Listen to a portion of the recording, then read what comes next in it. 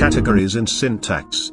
Categories in syntax refers to the grouping of words or phrases based on substitution relationship. By substitution relationship, I mean on the basis that they can be replaced by elements of the same structure without disorganizing meaning. From critical analysis of sentences, linguists discovered that sentences are made up of phrases, and these phrases perform certain functions such as subject, complement, object, and adjunct. The type of phrase that occupies the subject position in sentences is a noun phrase, and it has been observed that phrases possessing the structure of a noun phrase, that is, having at least a noun as their head word and modifiers or qualifiers, are capable of replacing each other in the subject position of a sentence. For instance, there, good lad played well. The subject of the sentence above, the good lad, is a noun phrase and it can be substituted for another noun phrase, the teacher played well. Samantha played well. A close look at these new examples formed by replacing the original noun phrase at the subject position with other phrases of similar structure, noun phrase, would reveal that the meaning of the sentence is not adversely affected. Building on this explanation, categories in syntax are grouped into two: lexical category and phrasal category. Lexical category. Lexical category refers to the grouping of words that belong to the same class.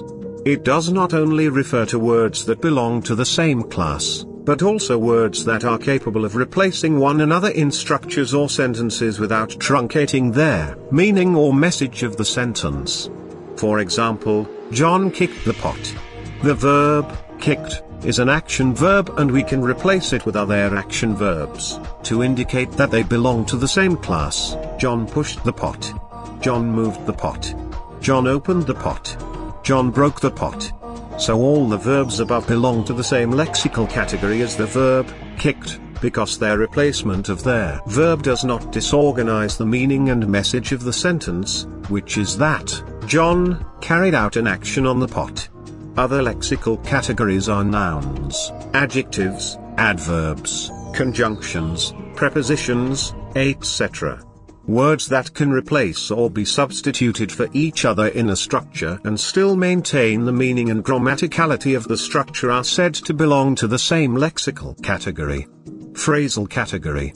Phrasal category refers to groups of words with similar structures that belong to the same category. Since phrases are composed of words or groups of words, units larger than words, they can also be substituted for other phrases that share the same structure as them. For example, the boy works very fast. Very fast, above, is an example of an adverb phrase consisting of an intensifier, very, which modifies the adverb fast, and of course, the adverb fast. Since fast is being modified by very, it becomes the head word of the phrase, making it an adverb phrase, and we can replace it with other adverb phrases to determine their phrasal categories. The boy works well. The boy works quite diligently. The boy works swiftly.